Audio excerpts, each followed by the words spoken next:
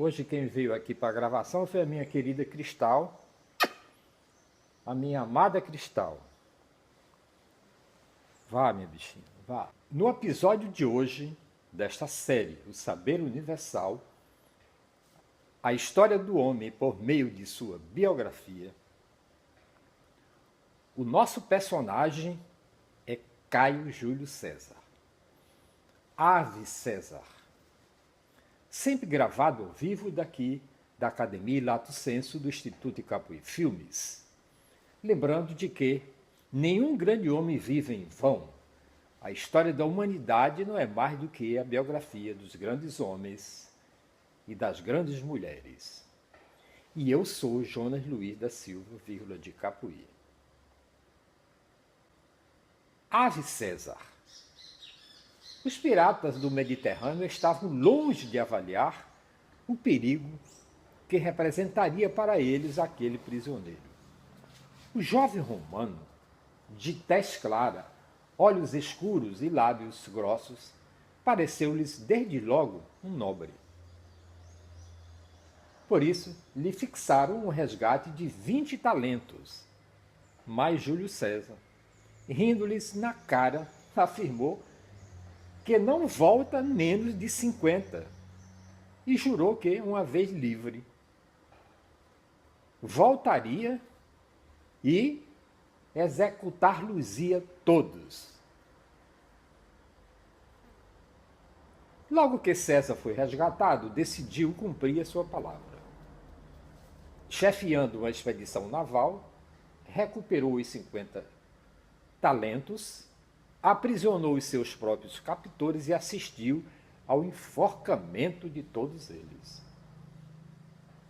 Este episódio ocorreu no ano 76 antes da era cristã, quando Júlio César, com pouco mais de 20 anos, era já um homem de certa maturidade. Educado na grande escola de Rhodes, onde aprendeu a arte de bem falar e escrever, e foi um dos homens mais cultos do seu tempo. Um conversador brilhante e um orador magnífico. Estes dotes e um espírito ambicioso arrastaram-lhe para a política. Conquistou grande fama quando, em nome de algumas cidades gregas, procedeu contra um governador romano que o acusou de corrupção. Roma ficou assombrada ao ver um romano ser chamado a prestar contas por ter explorado os povos submetidos, e o senador Catão, homem com tendência para suspeitar de todos como elemento subversivo, assinalou que Júlio César, como um indivíduo que conviria vigiar no futuro.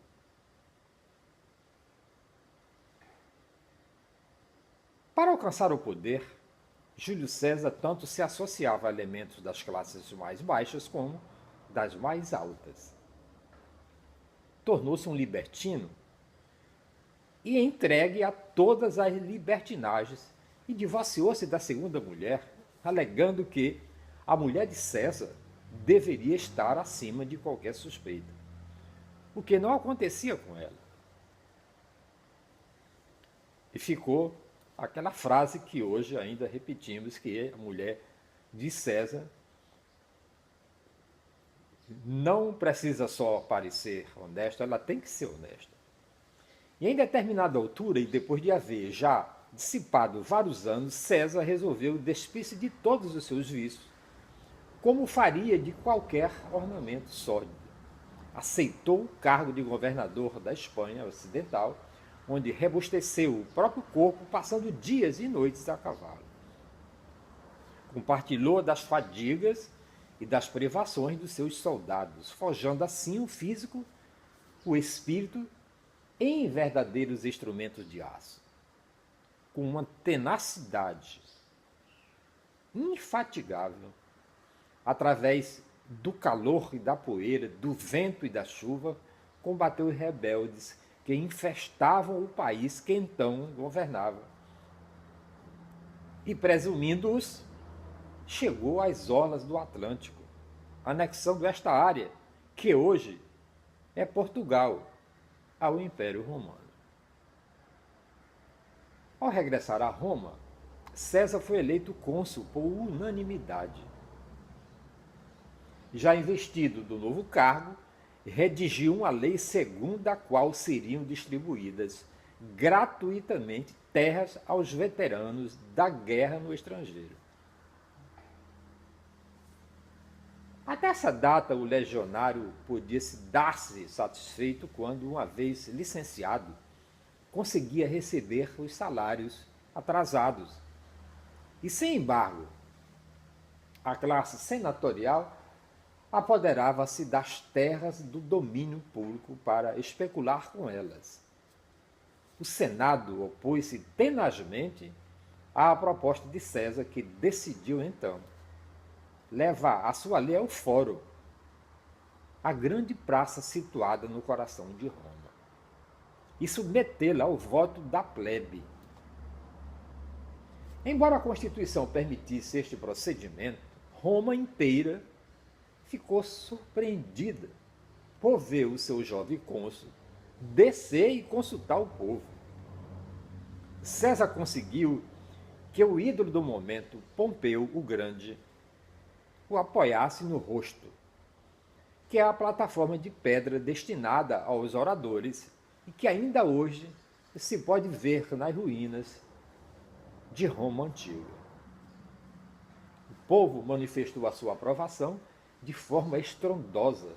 César encaminhou-se para o Senado para anunciar que o projeto se tornara lei. Depois, para que o povo estivesse informado da evolução dos assuntos públicos, César ordenou que nos muros de diversos locais da cidade fossem publicadas diariamente as resoluções do Senado. Está aí uma ideia boa para ser usada aqui no Brasil, no momento presente, com as prefeituras dos 5.000 e poucos municípios. Seria fantástico. Ele fez aprovar igualmente uma lei que obrigava os governadores das províncias conquistadas a prestar contas das suas receitas. Ao finalizar o seu mandato consular, no ano 59 antes da era cristã, o Senado, para se ver livre de César, deu a César o governo da Gália Romana, hoje a França Mediterrânea, uma província distante e continuamente ameaçada pelas tribos bárbaras. Foi o próprio Júlio César quem escreveu o grande capítulo da sua vida que passou na Gália, uma obra clássica da história militar, largamente lida e até estudada em muitos países.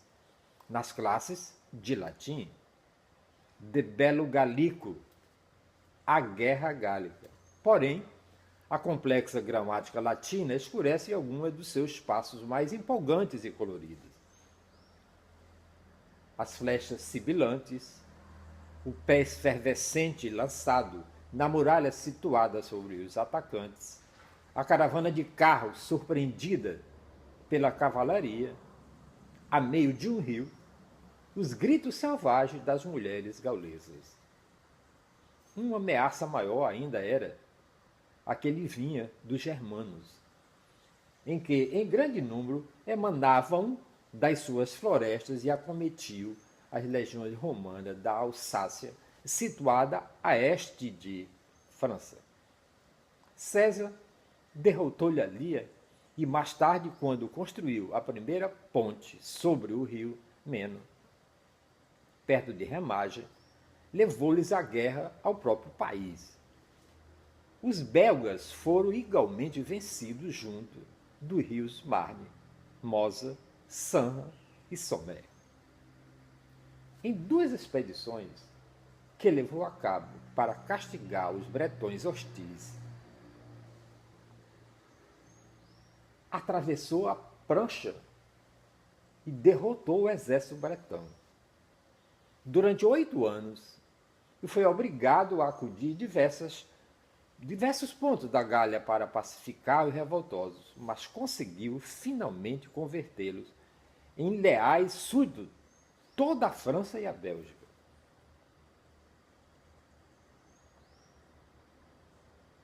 Assim se tornou a Gália um poderoso baluarte que durante 400 anos defendeu a grandeza do Império Romano.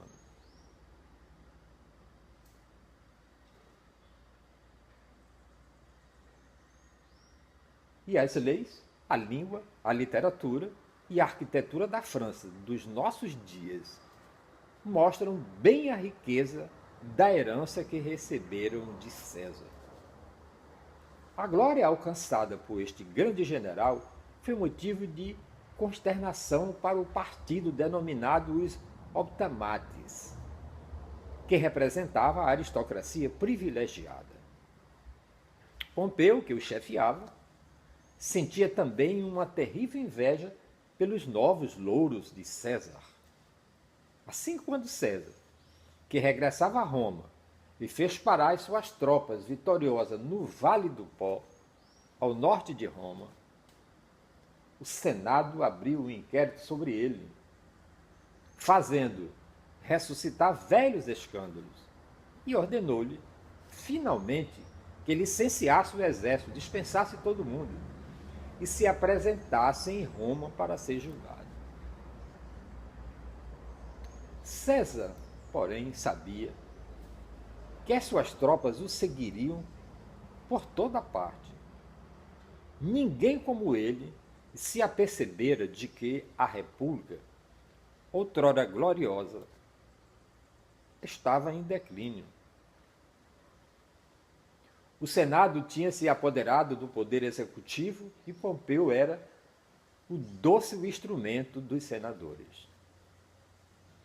Assim, pronto para tudo, César atravessou o rio que delimitava o norte, Roma propriamente dita, o Rubicão.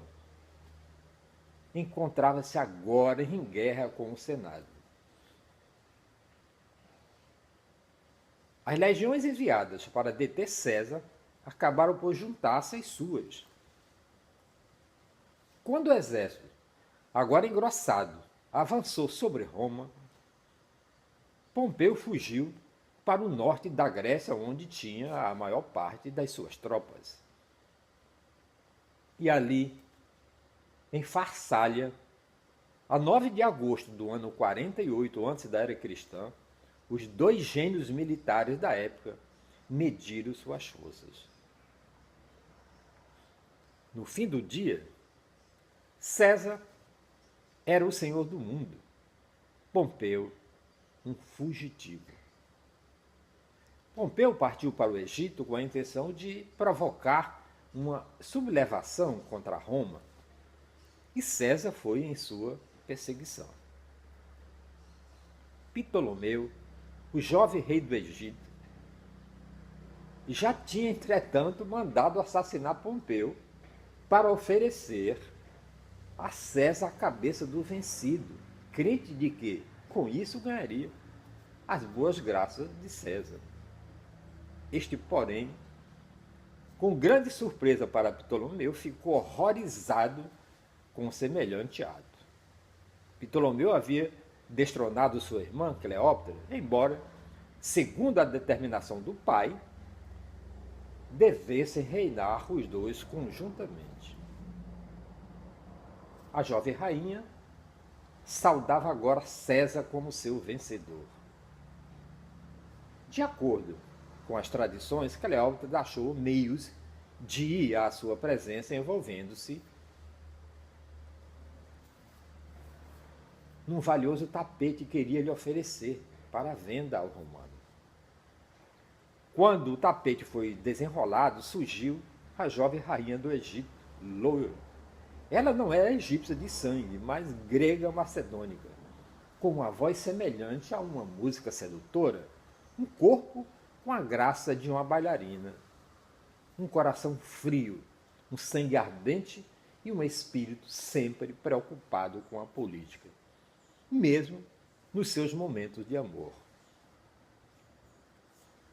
Por ela e por Roma, César submeteu o rei Ptolomeu e colocou Cleópatra no trono do Egito, sob a proteção de Roma, que juntava desse modo aos seus domínios o reino mais rico da terra, que era o Egito.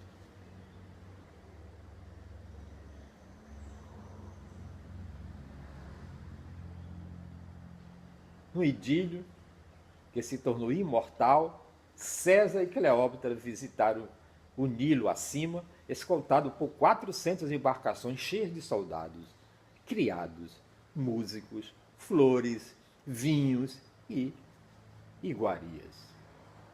Entretanto, os partidários de Pompeu haviam se reagrupado as suas forças na Espanha e no norte da África, e César atravessou então o norte da África até a Tunísia para ir ao seu encontro, e ali defrontou 10 legiões sob o comando de Catão e as forças do rei da Numídia, composta por uma veloz cavalaria e de 120 elefantes de guerra.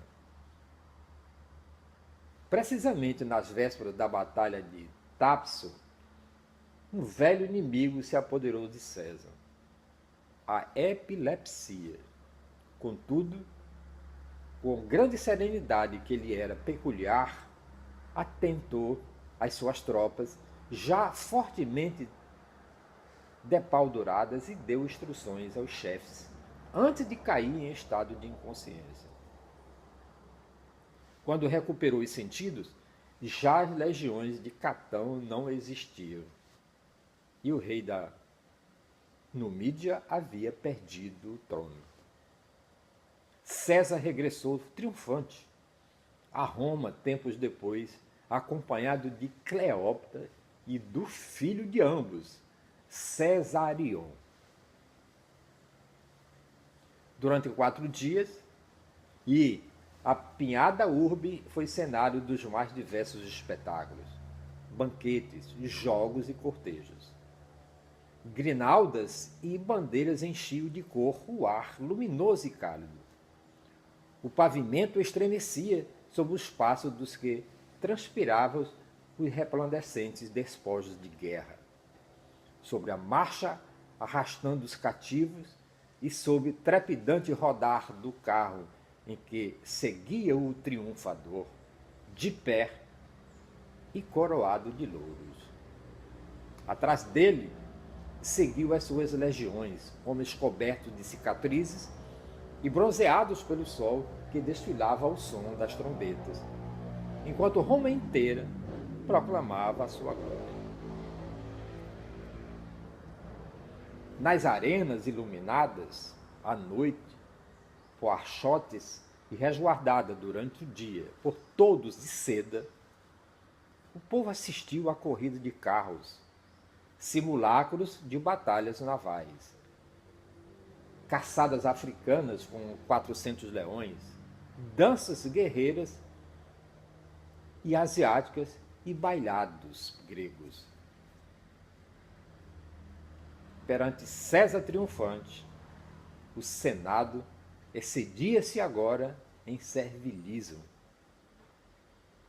Foi-lhe então conferido o título de vitalício de imperador, denominação que os seus soldados há muito lhe haviam dado pelo grande amor que lhe dedicavam.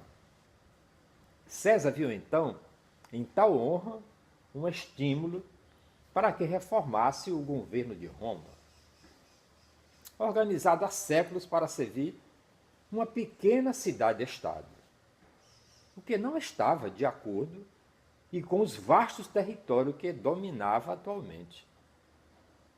Ele começou por desprover o Senado do seu caráter de assembleia aristocrática, nomeado mais 300 membros, na sua maioria escolhidos de entre as classes dos comerciantes e dos profissões liberais até então menosprezadas, em conjunto com representantes dos países conquistados.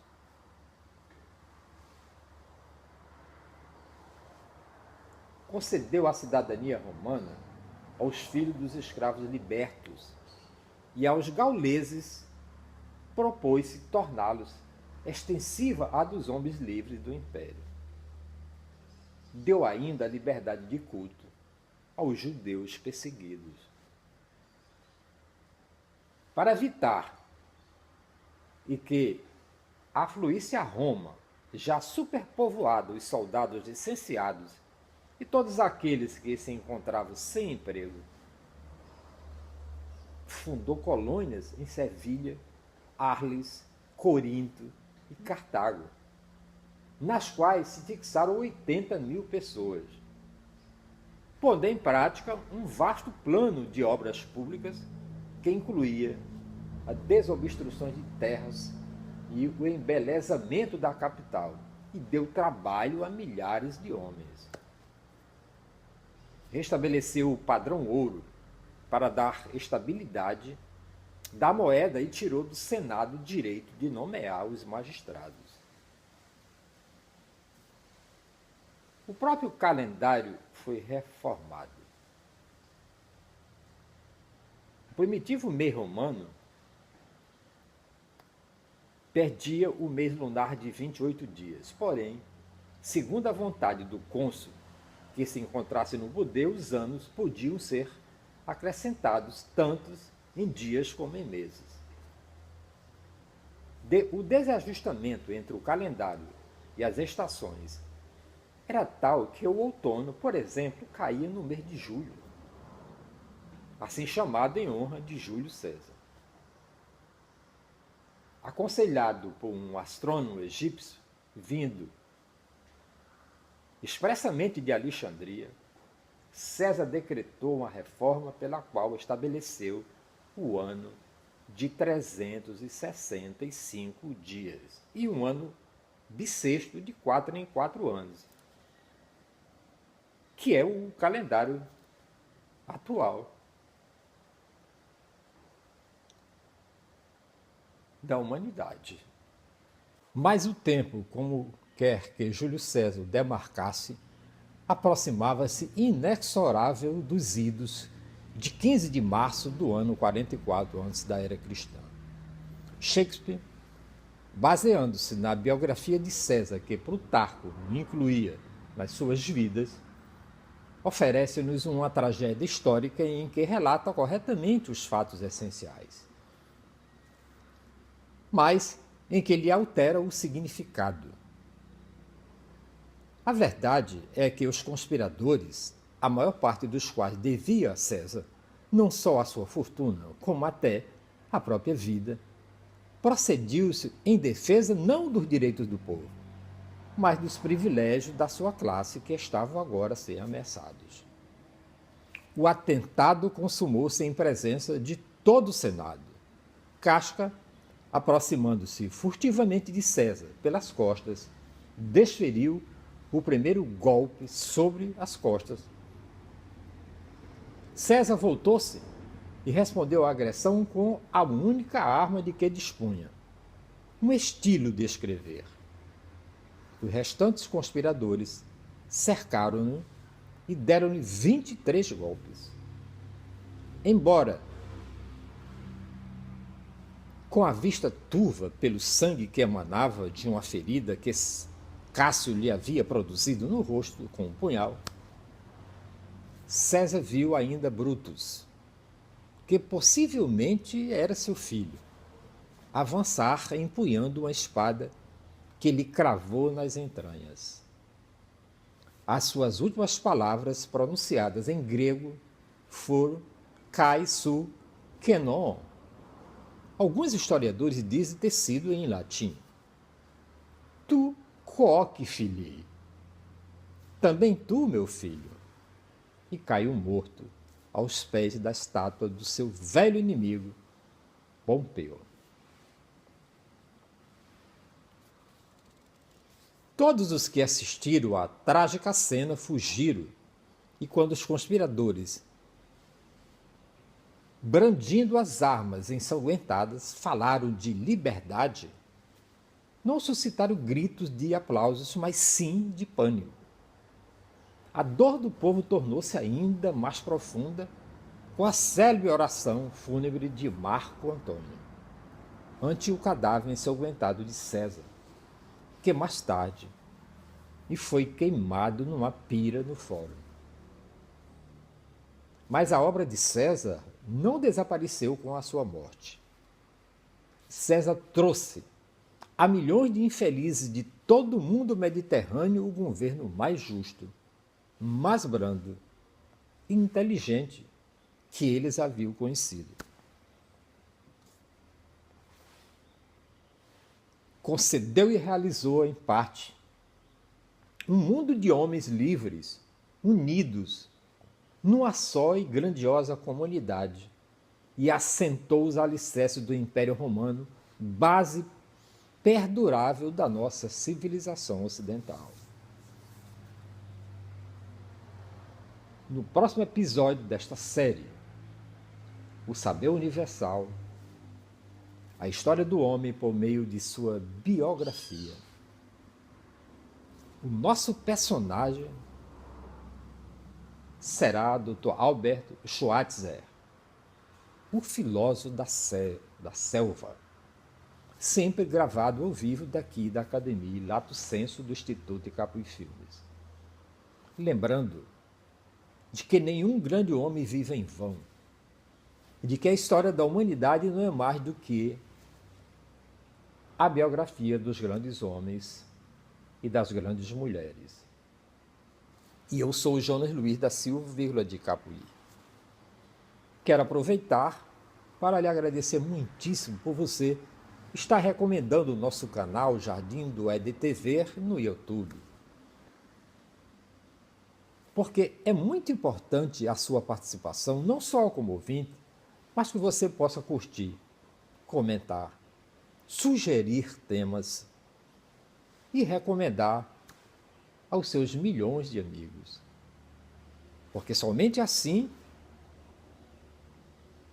essa minha jornada e esse meu compromisso de gravar todos os dias um vídeo pelo restante dos 50 anos de minha vida, contando um pouco da história do homem por meio de sua biografia, mas também falando um pouco de filosofia, de poesia, de arte, de cinema, de cultura e também um pouco de putaria, porque sem putaria